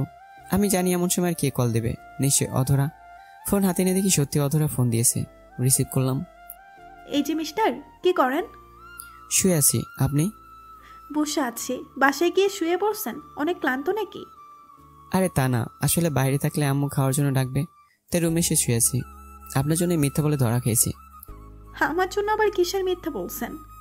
বলেছি হোটেল থেকে খেয়ে এসছি। আরে আসছেন কেন? যা পারেন না তা করতে চান কেন? সেই ছোটবেলা থেকেই দেখে আসছি, কোনোদিন মিথ্যা বলে কাউকে ধোকা দিতে পারেননি, সব সময় ধরা খেয়েছেন। আরে আমি তো মাঝে মাঝে বলে যাই যে আমি গ্রামে আছি। আচ্ছা বাদ দিন, পাশের গ্রামে যাত্রা হচ্ছে, সবাই গেল, আপনি গেলেন না? যাওয়ারই প্ল্যান ছিল, আপনার জন্য যেতে পারলাম না। আমি কি আপনাকে যেতে না করেছিলাম নাকি? না করেননি, কিন্তু কাঁধে একটা দায়িত্ব দিয়েছিলেন, তা পালন করতে করতে আর যাওয়া হলো না। তার জন্য কি আপনার মন খারাপ? একটু। তাহলে চলেন আমরা দুইজন গিয়ে দেখে আসি, বেশি দূরে না তো। মাথা খারাপ আপনার? এই রাতে রাতে দুজন ছেলে মেয়ে কোথাও যাচ্ছে, আপনার কি মনে হয় গ্রামে মানুষ দেখলে ছেড়ে দেবে? সেটাও ভাবার বিষয়। আপনি তো আবার ভূতে ভয় পান না, তা না হলে একাই যেতে পারতেন। আপনাকে সেটা বলতে হতো না। আচ্ছা ঘুম পাচ্ছে আপনার? না, এত তাড়াতাড়ি ঘুমানোর অভ্যাস নেই। তাহলে আমার সাথে কথা বলেন, মন ভালো হয়ে যাবে। আচ্ছা, আজ যে রান্না করে নিয়ে এসেছিলেন, সত্যি কি আপনার হাতে রান্না ছিল? হ্যাঁ, আমি রান্না করে নিয়ে গেছিলাম। অসাধারণ হাতের রান্না। আবার খেতে ইচ্ছে করছে? হুম। আচ্ছা অন্য একদিন রান্না করে খাওয়াবো। কথা বলতে বলতে 3টা ঘন্টা পার হয়ে গেছে, বুঝতে পারিনি। তারপর আমি বললাম, এই ঘুমোবেন না? কেন, আপনার ঘুম পাচ্ছে? হ্যাঁ পাচ্ছে। আচ্ছা ঘুমান তাহলে, গুড নাইট। তারপর ঘুমিয়ে গেলাম। দিনগুলো এমনভাবে কাটতে লাগলো। রাতে অতটার সাথে কথা বলে, দিনে দেখা করে মাঝে মধ্যে কিনে ঘুরতে যেতাম, সেটা কেউ জানতো না। আমি বললাম, আচ্ছা আমরা যেভাবে চুরি করে ঘুরতে বের হই, যদি আমাদের পরিবারের লোক সেটা জানে তাহলে কি হবে ভাবতে পারছেন? কি আর হবে, 2-4টা, এর বেশি কিছুই হবে না। হ্যাঁ, কিন্তু আমার তো মনে হয় আপনাদের বাসা থেকে বের হওয়া বন্ধ করে দেবে। আরে আমার আব্বু এত খারাপ না। আর আপনার কি মনে হয় আমি আপনার সাথে ঘুরতে বের হয়ে আব্বু তা জানে না? এই পুরো একটা ইউনিয়নের চেয়ারম্যান আমার আব্বু, সবাই আমার আব্বুকে চেনে, আর তার একমাত্র মেয়ে হলাম আমি, সবাই আমাকেও চেনে। এতদিন নিশ্চয়ই আব্বুর কানে এই কথাটা গেছে আমি আপনার সাথে ঘুরি, কথা বলি। কই, আমার আব্বু তো কখনো আমাকে কিছু বলেনি। এটা তো ঝড় হবার আগের লক্ষণ, কবে কোত্থেকে আসবে বুঝতে পারবেন না। আমি সেসবের পরোয়া করি না। 15 দিন পর রাতে শুয়েছিলাম, এমন সময় অধরা ফোন দিল। রিসিভ করা মাত্রই বলল, এই জানেন কি হয়েছে? কি হয়েছে? আয়শারা তো ফিরে এসেছে, ওদের ফ্যামিলি থেকে মেনে নিয়েছে, এখন নাকি অনুষ্ঠান করে আবার বিয়ে দিবে। কি সত্যি নাকি? আপনাকে মিথ্যা বলে লাভ আছে আমার? কাল নাকি আয়শারা আমাদের বাসায় আসবে। পরদিন বিকেলবেলা আবার অধরের ফোন। হ্যাঁ ম্যাডাম বলুন, কি বলবেন? রাস্তায় বের হন, কথা আছে আপনার সাথে। সিরিয়াল কোনো কথা নাকি? বের হলেই বুঝতে পারবেন। আচ্ছা একটু অপেক্ষা করে আমি আসছি। বাড়ি থেকে বের হয়ে হাঁটা ধরলাম। এতক্ষণ লাগে আসতে? সেই তখন থেকে আপনার জন্য অপেক্ষা করছি। আরে আপনার এখানে কিভাবে? ভুলে গেলেন নাকি? কাল রাতে বলেছিলাম না যে আজকে ওরা আসবে? ও হ্যাঁ, ভুলে গেছিলাম। ভালো আছেন আপনারা? হ্যাঁ ভাইয়া, অনেক ভালো আছি। আপনি কেমন আছেন? হ্যাঁ, আমি ভালো আছি। আচ্ছা, ভাইয়ের নাম কি যেন ভুলে গেছি। ওর নাম রাব্বি। রাব্বি ভাইয়া কেমন আছেন? ভাইয়া ভালো আছি। আপনাকে যে জন্য ডেকে আনা হলো, এই আয়শা বল তুই। ভাইয়া, আপনারা দুজন আমাদের অনেক সাহায্য করছেন, তাই আমরা দুজনে চাই আমাদের বিয়ের সকল কিছু দেখাশোনা আপনারা দুজন করবেন। অধরা থাকবে মেয়ে পক্ষে আর আপনি ছেলে পক্ষে। ভাইয়া, অধরা আপু এখানে সবকিছু দেখাশোনা করবে, আর আপনি আমার সাথে আমার বাসায় যাবেন। আচ্ছা, বিয়ে কবে? আগামী শুক্রবারে বিয়ে, কিন্তু আপনাকে যেতে হবে মঙ্গলবারে। এই আপনি কি বলেন? আমি কি বলবো? এখন আপনার উপরে সব, আপনি যা বলবেন তাই হবে। আচ্ছা, আমি রাজি। তাহলে আমিও রাজি। তারপর 4 জন মিলে ঘুরতে লাগলাম।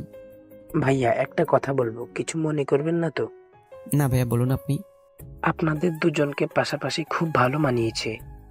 রাব্বির কথা শুনে লজ্জা লাগছে। ধুর ভাইয়া, কি যে বলেন না। সেদিন 4 জন মিলে অনেক মজা করলাম। মঙ্গলবার চলে আসছে, রাব্বি আমাকে নিতে এসছে, অধরা এসছে।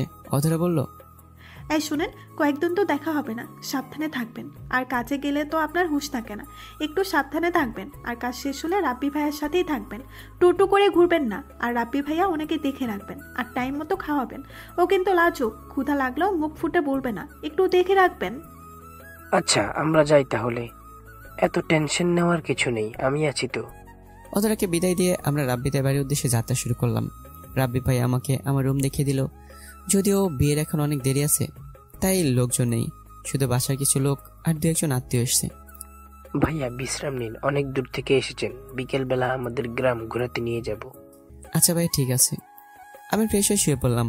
দুপুরবেলা রাব্বি আমাকে ডেকে তুলে দিল গোসলের জন্য। ভাইয়া, আপনি টিউবওয়েলে গোসল করেন, আমি নদী থেকে গোসল করে আসছি, এসে দুজনে একসাথে খাবো। নদীতে গোসল করার আমারও ইচ্ছে হলো, তাই বললাম, ভাইয়া আমিও যাবো আপনাদের সাথে। কিন্তু আপনার তো অভ্যাস নেই। অভ্যাস আছে, সমস্যা হবে না, চলুন গিয়ে গোসল করে আসি। তারপর আমি আর রাব্বি মিলে গেলাম। বাসা থেকে নদী বেশি দূরে না। সত্যি যতটুকু গেছে, এই গ্রামটা আমাদের গ্রামের থেকে বেশি সুন্দর। অনেকদিন পর নদীতে গোসল করতে নামলাম, ভালোই লাগছে। ভাইয়া, বেশি গোসল করতে হবে না, চলুন বাসায়, না হলে আপনার ঠান্ডা লেগে যাবে, আর আপনার কিছু হলে অধরা আপু আমাকে ছাড়বে না। চলুন। বাসা আসার পর দুজনে মিলে খেতে গেলাম। এই বাসায় সবাই খুব মিশুক, শুধু আমি মিশুক না, সবার সাথে সহজে মিশতে পারি না। যাই হোক, খাবার খেতে বসলাম। ভাইয়া, কি লাগবে নিয়ে খাবেন, না হলে চাইবেন? রাব্বি আমার প্লেটে খাবার বেড়ে দিল। আমি খেতে শুরু করলাম। যা দিয়েছিল তা সব শেষ করে ফেলেছি। আবার বলল, কি হলো ভাইয়া, কিছুই তো নিলেন না? আমার পেট ভরে গেছে। আমি বুঝতে পারছি লজ্জা পাচ্ছেন। আচ্ছা শুনেন ভাইয়া, এটা নিজের বাসা মনে করে থাকবেন। এটা বলে আবার আমার প্লেটে খাবার বেড়ে দিল। খেয়ে উঠে দুজন মিলে আড্ডা দিতে লাগলাম। সত্যি ভাইয়া, সেদিন আপনি না থাকলে কি যে হতো। তবুও তো শেষ পর্যন্ত মেনে নিল। হ্যাঁ, তবে সেদিন আমাদের ধরতে পারলে কিছুতেই মেনে নিত না, উল্টো আয়েশাকে অন্য কারোর সাথে বিয়ে দিয়ে দিত, আর আমি দেবদাস হয়ে যেতাম। আপনাদের রিলেশন কতদিনই ছিল? প্রায় 4 বছরের রিলেশন। তার আগে মাস ওর সাথে ঘুরতে হয়েছে, ঘাউড়া মেয়ে একটা, যা বলবে তাই করবে। আমার সাহস ছিল না পালানোর, ও আমাকে বাধ্য করেছিল। জানেন কি বলেছিল? যদি ওকে নিয়ে পালিয়ে না যায় তাহলে নাকি আত্মহত্যা করবে। এই কথা শুনেই আমার সাহস তরতর করে বেড়ে গেল, আর পালিয়ে গেলাম। আপনাদের কখনো ব্রেকআপ হয়নি? ঝগড়া হয়েছে প্রচুর, তবে কখনো ব্রেকআপ হয়নি। একজন আরেকজনকে ছাড়া থাকতেই পারতাম না। সেটাই ভালো। আচ্ছা, শপিং হয়েছে নাকি করবেন? কালকে ঢাকায় যাব শপিং করতে। হ্যাঁ, আমারও কিছু কেনাকাটা করতে হবে। কালকেই সকাল সকাল বের হব। আরো কিছু কথা বলে দুপুর পার করলাম। বিকেলবেলা অনুভব করতে পারলাম আমার ঠান্ডা লেগে গেছে, কণ্ঠ চেঞ্জ হয়ে গেছে। বলছিলাম নদীতে গোসল করতে হবে না, আমার কথা শুনলেন না। অধরা আপু জিজ্ঞেস করলে আমি বলে দিব যে আমি না করেছিলাম, আপনি আমার কথা শুনেন নাই। বিকেলবেলা আমি রাব্বি পুরো গ্রাম ঘুরলাম। সত্যি অসাধারণ এক অনুভূতি। রাতে খেয়ে দিয়ে শুয়েছি, তখন অধরার কল। আমি রিসিভ করা মাত্রই, ওই হারামি, গিয়েই আমাকে ভুলে গেলেন? একটা কল দেওয়ার প্রয়োজন মনে করলেন না? ভেবেছিলাম আপনি দেবেন, কিন্তু দেননি। পরে ভাবলাম হয়তো ব্যস্ত আছেন, তাই হয়তো দেননি, তাই আমিও দেইনি। আরে আমার ফোনে ব্যালেন্স ছিল না, এখন আব্বুকে দিয়ে রিচার্জ করিয়ে আপনাকে ফোন দিলাম। আপনার কণ্ঠ এমন লাগছে কেন? মনে হচ্ছে ঠান্ডা লাগিয়েছেন, তাই না? কই না তো, আমি ঠিক আছি। চুপ, মিথ্যা বলবেন না। একদমই স্পষ্ট বোঝা যাচ্ছে ঠান্ডা লেগেছে। কি করে লাগালেন এইবার সেটা বলেন। নদীতে গোসল করেছিলাম, মনে হয় তার জন্য ঠান্ডা লেগেছে। আমার ইচ্ছে করছে নদীর পানিতে আপনাকে চুবিয়ে মারতে। নদীর পানি সহ্য হয় না, তবুও কেন গোসল করতে গেলেন? আমার তো অভ্যাস ছিল, কে জানতো ঠান্ডা লাগবে। ওষুধ খাইছেন? না, কাল পর্যন্ত দেখবো, তারপর আনবো। আর শুনুন, কাল শপিংয়ে যাচ্ছি। তাই আমার জন্য কি আনবেন? আপনি বলুন আপনার কি লাগবে। আমার শাড়ি লাগবে। আচ্ছা ঠিক আছে। এখন বলেন, রাতে খেয়েছেন? খেয়েছি, আপনি খেয়েছেন? খেয়েই আপনাকে ফোন দিলাম। আর শুনেন, কাল তো মনে হয় সকালেই বের হবেন। হ্যাঁ। আচ্ছা এখন ঘুমিয়ে যান। আর শোনেন, বের হবার আগে আমাকে ফোন দিবেন। ঢাকায় পৌঁছে ফোন দিবেন, শপিং শেষে ফোন দিবেন। এতবার কেন ফোন দিব? আমি বলছি তাই দিবেন। আচ্ছা ঠিক আছে, দেব।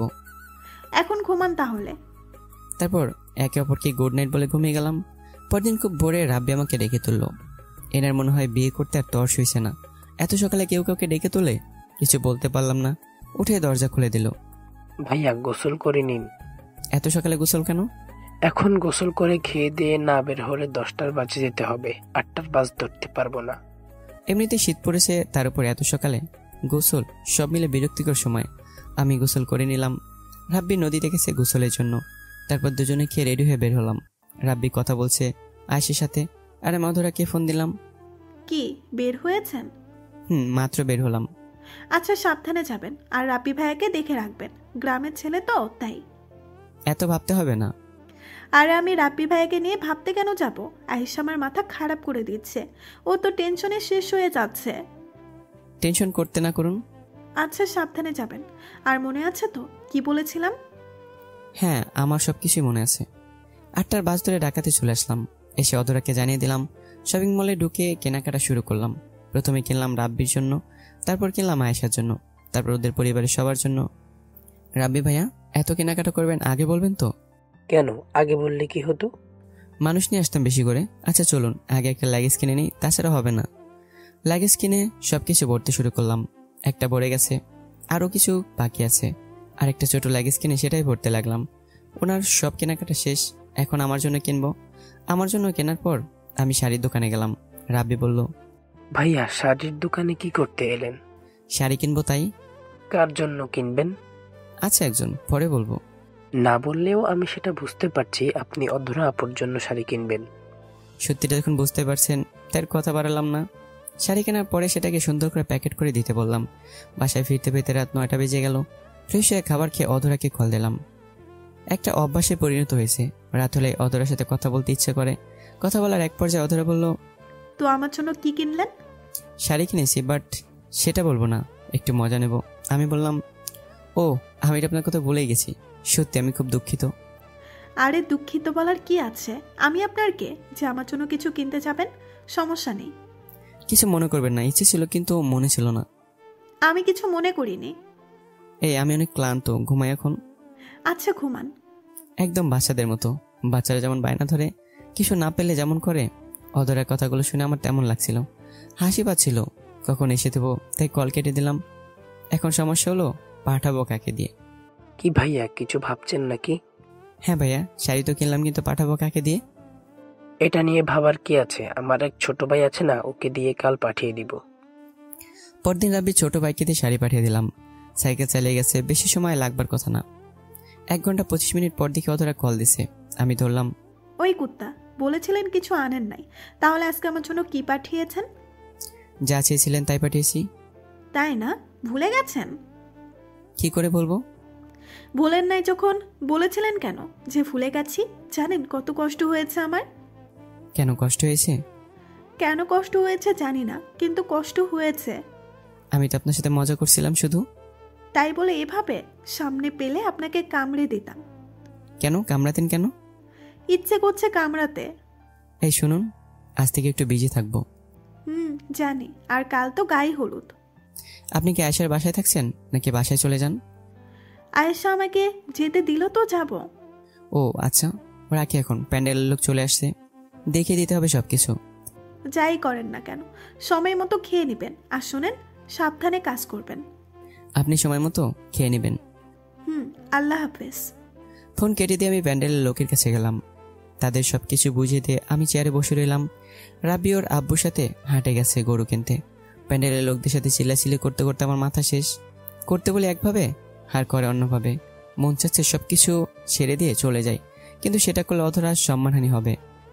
না পেরে অধরাকে ফোন দিলাম আর বললাম, এই আমি বাড়িতে চলে যাব। কেন, কি হয়েছে?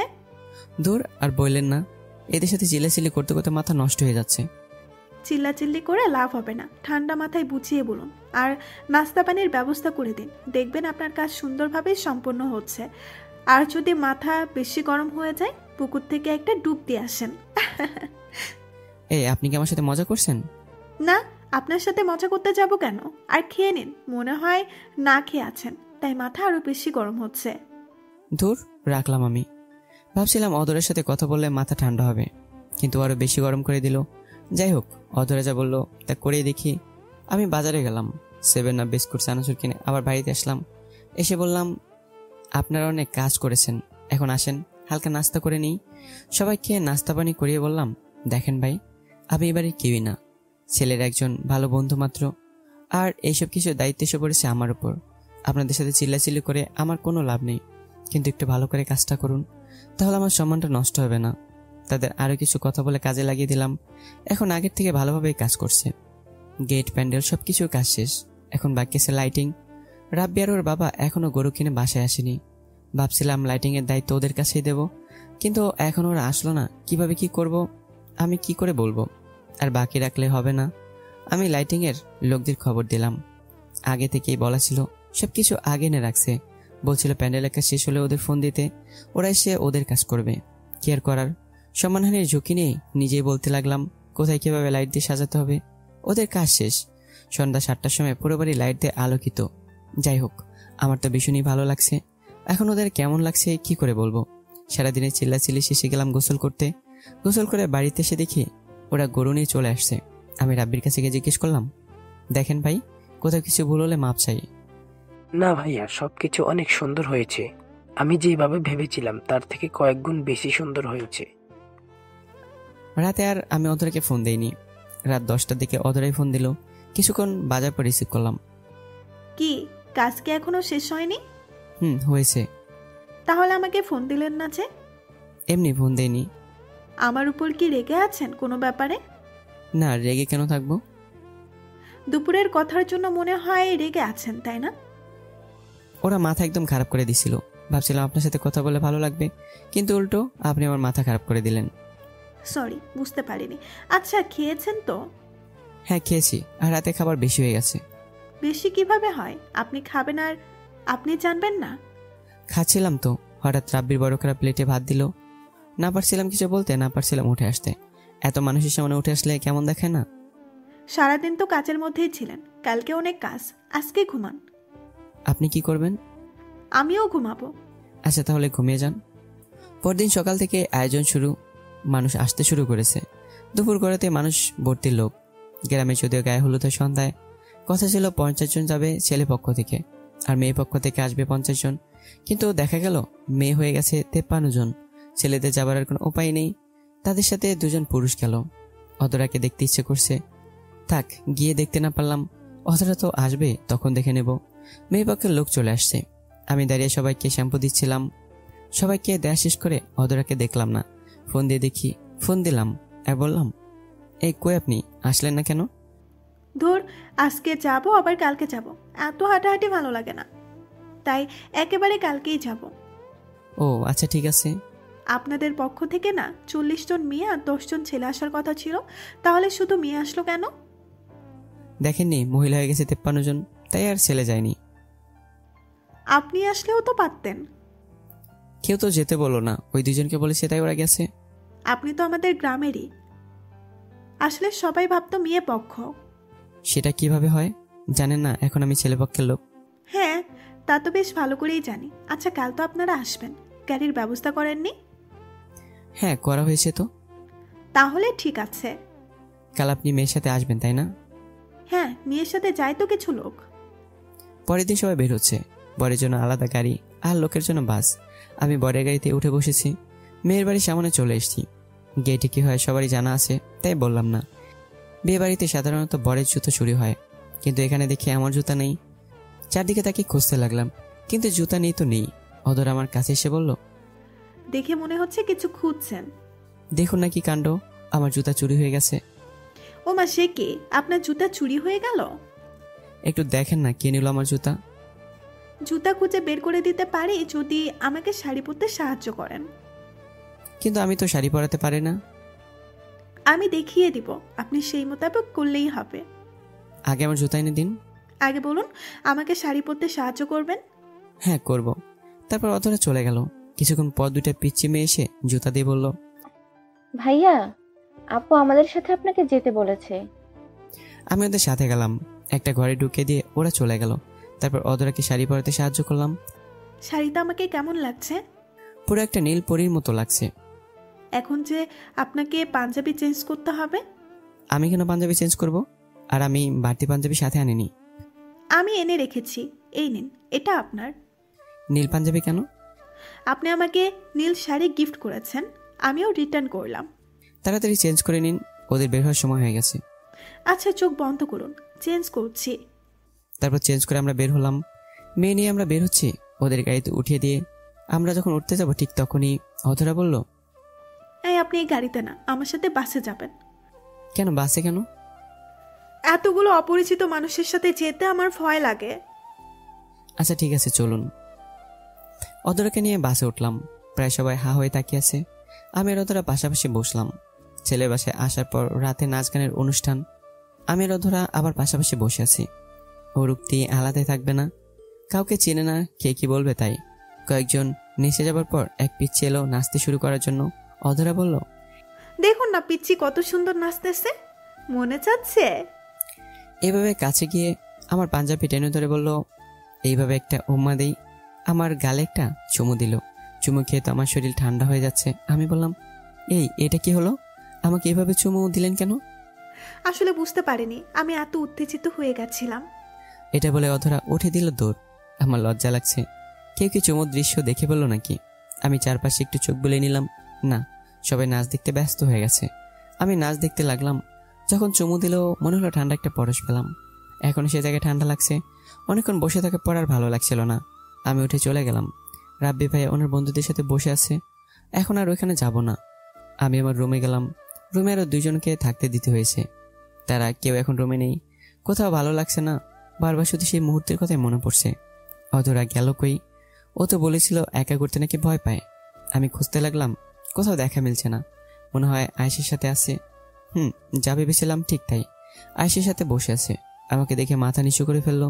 মনে হয় খুব বেশি লজ্জা পেয়েছে। আমার একটু লজ্জাই লাগছে। আমি বললাম, এই আপনি তখন উঠে চলে আসলেন কেন? এমনি আয়েশা এখানে একা ছিল তাই। না ভাইয়া, ও মিথ্যে বলছে। চুমু দেবার পর ওর নাকি আরেকটা দিতে ইচ্ছে করছিল। মানুষ ছিল বেশি, কখন খার সামনে দিয়ে বসে, তাই চলে এসেছে। আয়েশা, তুই কেন ওকে এস বলে দিলি? আরে ইয়ার, যা সত্যি তাই বললাম। আচ্ছা যা, ও একা দাঁড়িয়ে আছে, রুমে কেউ নেই, আমি চোখ বন্ধ করছি, দিয়ে দে। না না, অবস্থা ভয়াবহ, এখানে থাকলে কিছু একটা হয়ে যেতে পারে। আমি গেলাম, আশেপাশে আছি, দরকার হলে ফোন দিন বলে রুম থেকে বের হয়ে আসলাম। কি বজ্জাত মেয়ে রে বাবা। বাইরে নিরিবিলি জায়গায় একটা চেয়ার নিয়ে বসে আছি। অনেকক্ষণ ধরে ভালোই লাগছে। অধরা ফোন দিছে। হ্যাঁ ম্যাডাম বলুন, কি বলবেন? কই আছেন আপনি? কোথাও পাচ্ছি না যে। বাড়ির দক্ষিণ পাশে খালি জায়গায় চেয়ার নিয়ে বসে আছি। আচ্ছা আপনি থাকুন, আমি আসছি। কয়েক মিনিট পর অধর এসে বলল, আর কত চাঁদ দেখবেন, এইবার একটু আমার দিকে নজর দিন। আপনার দিকে নজর দিলে তো আপনি লজ্জা পাবেন, চোখ নামিয়ে নেবেন। মোটেও না, একবার নজর দিয়েই দেখুন না। আচ্ছা ঠিক আছে বলে অধরের দিকে তাকালাম। অধর আমার দিকে তাকিয়ে আছে। কারো চোখের পলক পড়ছে না। শেষে আমি হেরে গেলাম। অধরা বলল, কি পারলেন না তো? তখন তো আপনি লজ্জা পাচ্ছিলেন।